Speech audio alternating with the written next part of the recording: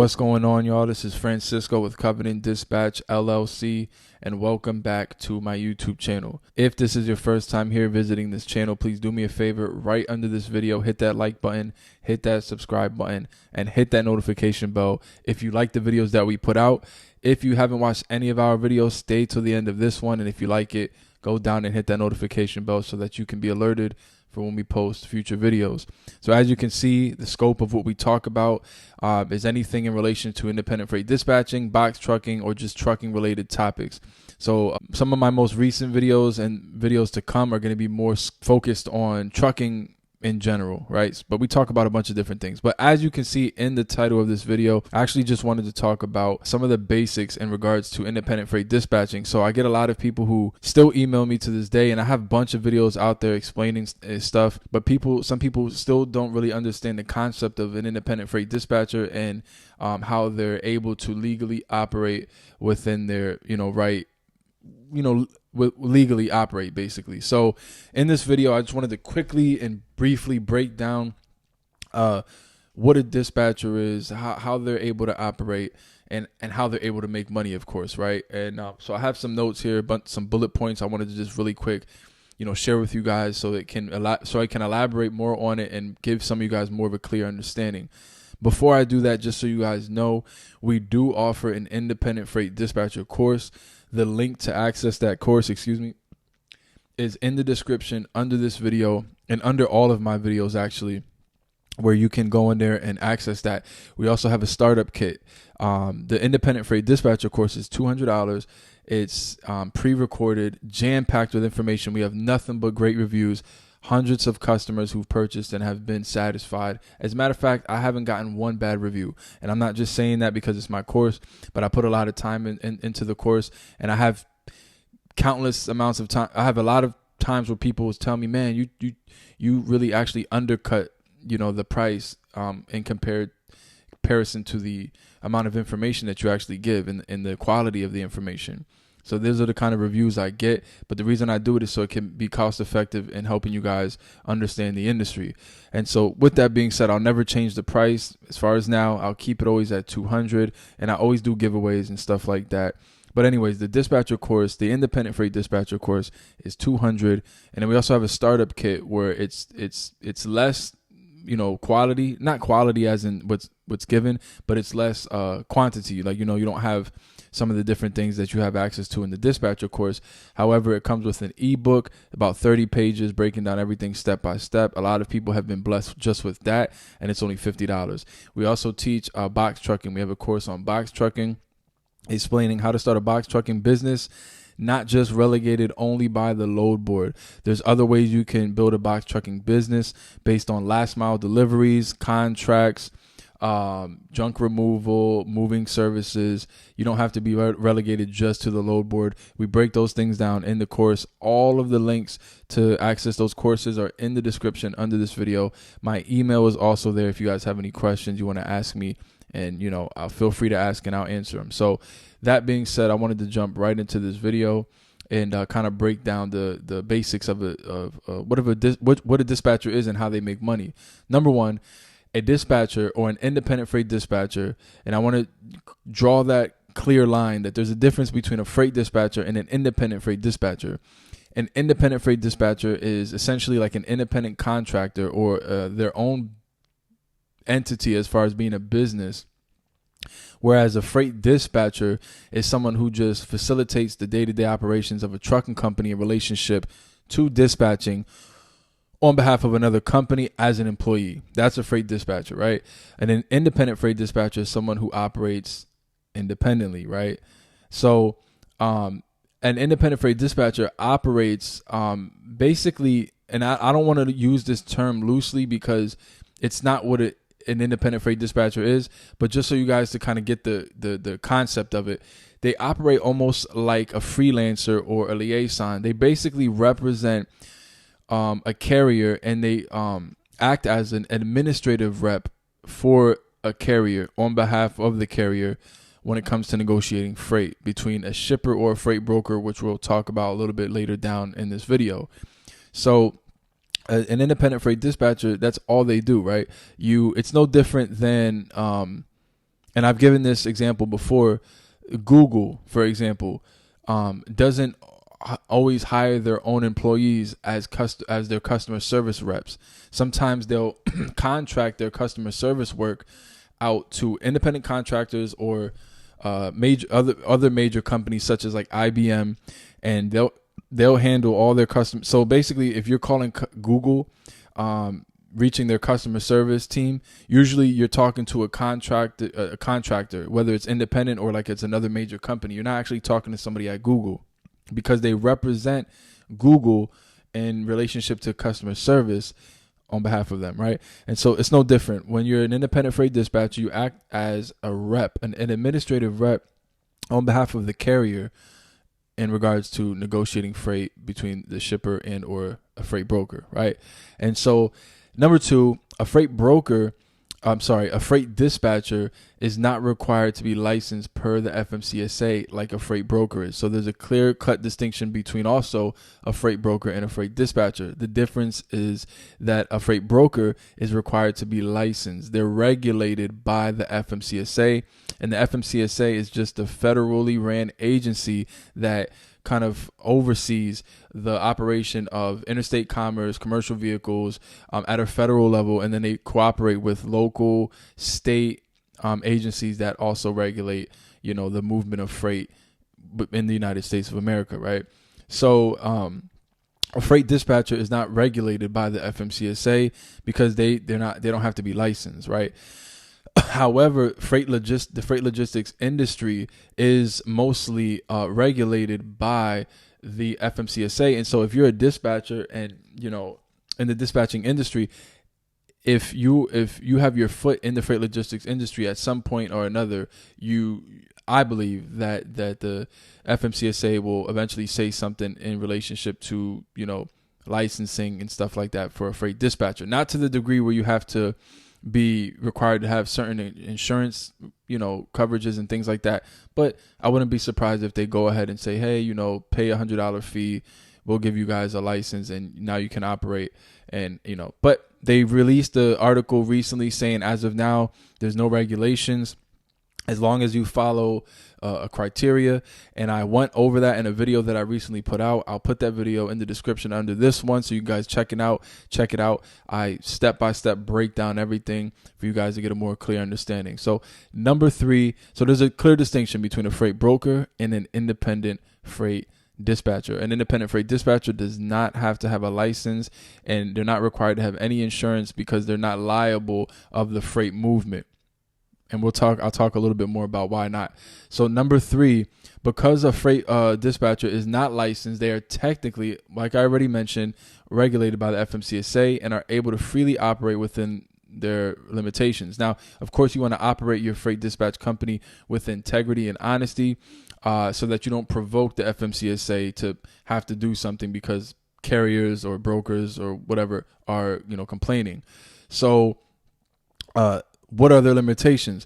So a freight dispatcher is not legally able to negotiate freight between a shipper and a carrier unless they negotiate on behalf of the carrier's MC number or MC authority and under the authorization of the carrier. So because the dispatcher operates as a administrative representative for the carrier on behalf of the carrier, they legally, as long as they have an agreement between the carrier and the dispatcher, they can operate as a rep. Hey, I'm representing ABC Trucking. We're looking at we're looking to, expand and grow into some local movement of freight in this area. Do you guys have anything, And so the way you do that is you establish what's called a POA, or a power of attorney. We talk about these things in my course, and have an agreement form, and have that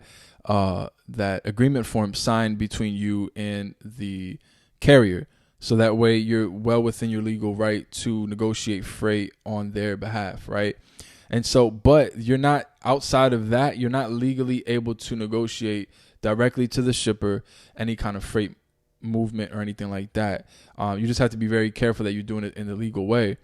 You're not allowed to negotiate on behalf of your own company right? So you're not allowed to call a shipper on behalf of a carrier and say, hey, we're ABC Dispatching representing ABC Trucking, and we're looking at some, you always do it on behalf of the carrier. But legally, you're not allowed to operate in that way if you're doing it on behalf of your own dispatching company, because the dispatching company is not licensed. So some of you might say, well, what's an MC number? What's an authority? So when you operate as an administrative rep on behalf of the carrier, every carrier registered under the FMCSA in the United States has what's called an MC number. MC just stands for motor carrier, and it basically is like a license that establishes the fact that they're a registered trucking company within the within the United States under the FMCSA that recognizes them, that allows them to go out and get work, right, and to haul freight. And so you, as a dispatcher, do not have an MC number. I get that question a lot. Neither are you able to get an MC number unless you're going to register yourself as a carrier or a freight broker, right? So with that being said, number 6, they are not legally able, speaking of independent freight dispatchers, they're not legally able to handle money. This is key, and this is big for you guys to understand, because I get this question as well a lot. As a dispatcher, you're not able to legally handle money between the carrier and the broker, or the shipper. So if you're facilitating freight between, acting as a representative for the carrier, between the carrier and the shipper and or the broker, you're able to negotiate freight, but you're not able to handle money. As soon as the money comes into your hands, you act as essentially as a broker, and under the FMCSA, you need to be licensed to do that. And that's one of the things that a lot of dispatchers don't understand, because here's one of the things that people do. They say, well, am I able to, because some factoring companies recognize dispatchers now, and they'll allow the dispatcher to sign up with the factoring company and then have the carrier sign up. And then they have an agreement where every time a load is factored, and if you guys don't know what a factoring company is, I don't have time to flesh that out. Go look up what it is. But if a carrier is factoring out a load, right, some dispatchers will have the factoring company pay them and then pay the carrier separately. That's when you start to dabble with money transactions between the broker and the carrier, and you're not legally able to do that. So some of the times I'll get carriers or aspiring dispatchers asking me if they're able to do that, and no, I recommend you don't do that. Even though the factoring company might say, it's okay, and the carrier might even authorize it, under the FMCSA, you're not allowed to do that. You're basically operating as a broker. So don't do it, right? So number 7 is and so you guys can understand, because I'm talking about shippers and brokers. What do I mean by that? In the process of any freight movement, right, is going to be the shipper. The shipper is the one who needs the load transported. They need the load taken from point A to point B. If the shipper does not want to deal directly with the carrier, they'll get a freight broker involved who operates as the middleman between the shipper and the carrier. Now, the broker would go, and I'm giving you guys an example. The broker would go to the the broker would go to the shipper and say, what do you have? And the shipper says, okay, I have this load going from point A to point B for $1,000. So the broker says, they negotiate with the shipper, and they say, well, okay, let's say, can we do $1,200? Okay, $1,200. So then the shipper sends over the load tender to the broker, and the broker is legally able to take that load tender and, let's say, decrease it to $900 and say, okay, and go on the load board or reach out to carriers and say, look, I have this load going from point A to point B for $900. Now, how does the broker make their money? They take whatever, if they have a shipper gives them a load for $1,200, they take that load and give it to a carrier for $900. They just made $300, right? That's how brokers make their money. A dispatcher represents a carrier, right? So let me go back. A shipment is shipped out from a shipper. If they don't want to deal directly with the shipper, they go to a broker. A broker then takes that load and he tenders the load, right? He takes that load and he or she takes whatever they're going to take, and then they offer it to a carrier to actually fulfill that load. And then the carrier goes and, of course, fulfills that load. So you got the shipper, the broker, and the carrier, right? The freight dispatcher is the middleman right in between here, between the broker and the carrier, or between the carrier and the shipper. If what we just talked about, you operate as a rep between as for the carrier. You guys get what I'm saying? But typically the dispatcher operates as a middleman or a liaison or a rep on behalf of the carrier, between the carrier and the broker. And so that's where the dispatcher comes in. So how do dispatchers make money? So what they do is they offer services to carriers. They say, look, they present their advertise their services to carriers, and they offer services such as, but not limited to, and I have this down in notes: dispatching trucks, filling out broker carrier packets, assisting with factoring, negotiating top dollar rates, and any other administrative operations a trucking company may typically handle on a day-to-day basis. I have plenty of videos breaking some of the services you can offer. One of the things I always say is don't limit yourself to just bare minimum amount of services. Okay, we'll offer dispatching and factoring. There's whatever a trucking, and do your own due diligence, whatever a trucking company has to handle from a day-to-day basis and operations of their company, find out how to do it and say we can offer that service. The idea is to have the trucking company owner not lift their finger once. And you say, I handle all of that, right? And of course you charge them based upon the services that you offer them or the services that they end up utilizing from you. So how do you make money? Most dispatchers charge a percentage based upon the gross amount of the rate. Here's an example. If I'm a dispatcher, independent freight dispatcher, acting as an administrative rep for ABC Trucking, and I go on the load board or I reach out to brokers, and let's say I find the load for $1,000, right? So I negotiate it, we get it locked in, I give it to my carrier, the carrier goes and runs it, right? I don't handle the money, I just book the load and I facilitate it. and so once it comes to the end of the week or the end of the month, however you want to invoice them, you invoice them on a percentage of the gross amount of that load. So if the load was $1,000 and let's say you're charging 6% of that load, you would invoice them $60. Now, if at the end of the week you dispatch the total amount of, let's say, $4,000 or $5,000, then you take that $5,000 and you just simply multiply it by 6%. It's simple. 0.06. Look, I'll show you guys. Keep it simple. $5,000 multiplied it times 0.06. Right? If you're charging 6%, and that's $300. So let's say you dispatched $5,000 worth of freight for that carrier, and at the end of the week you invoice them for your services, and you charge 6%. You just made $300. Now you guys do the math. Of course, if you have one truck, that's 300. 2 trucks, 600. 3 trucks, 900. 4 trucks will get you a little bit over 1,000. Charging 6%. And I'm just giving you guys a scenario. Of course, you can charge a little bit more than that. So that's how dispatchers make their money. Another way you can charge is by charging a standard set rate at the end of every week. The only way I recommend doing that is if you've been in the industry for a certain amount of time and you've gathered a certain amount of trucks, maybe 3 or 4 trucks, and you say, okay, I see how much I average with these 3 trucks. I'm going to invoice everybody $250 a week, everybody, right? That means if you've dispatched, let's say, a little bit over that, then they're making out. But if you dispatch them a little bit under that, you make out. It's like you have to figure out what the trucks are averaging to make sure that you're not cheating yourself. But I always recommend just charging a percentage based on the load. You can never go wrong with doing that. And so lastly, what's the future of freight dispatching? I get this question a lot. I'll say it like this. The most recent put out article or analysis on how many registered independent freight dispatch companies are out there was about 40,000. And this is like maybe 5-6 months ago.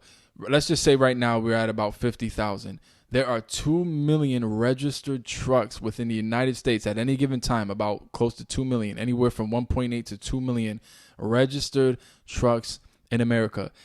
And there's only 40,000 registered dispatchers. So let me do the ratio. We're going to take 2 million divided by, 2 million divided by 40,000. That means there's 50 trucks. If I did it right, 50 trucks for every one dispatcher.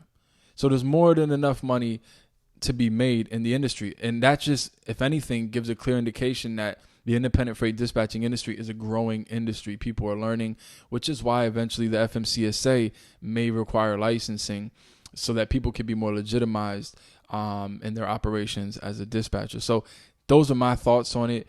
Guys, I hope this video helped you understand, get a more clear picture of what a dispatcher is, how they make money, how they're able to legally operate. I have plenty of other videos breaking, some of the other things down. Guys, go on my video and look at some of them. I'll put 2 videos up here as this video is starting to end.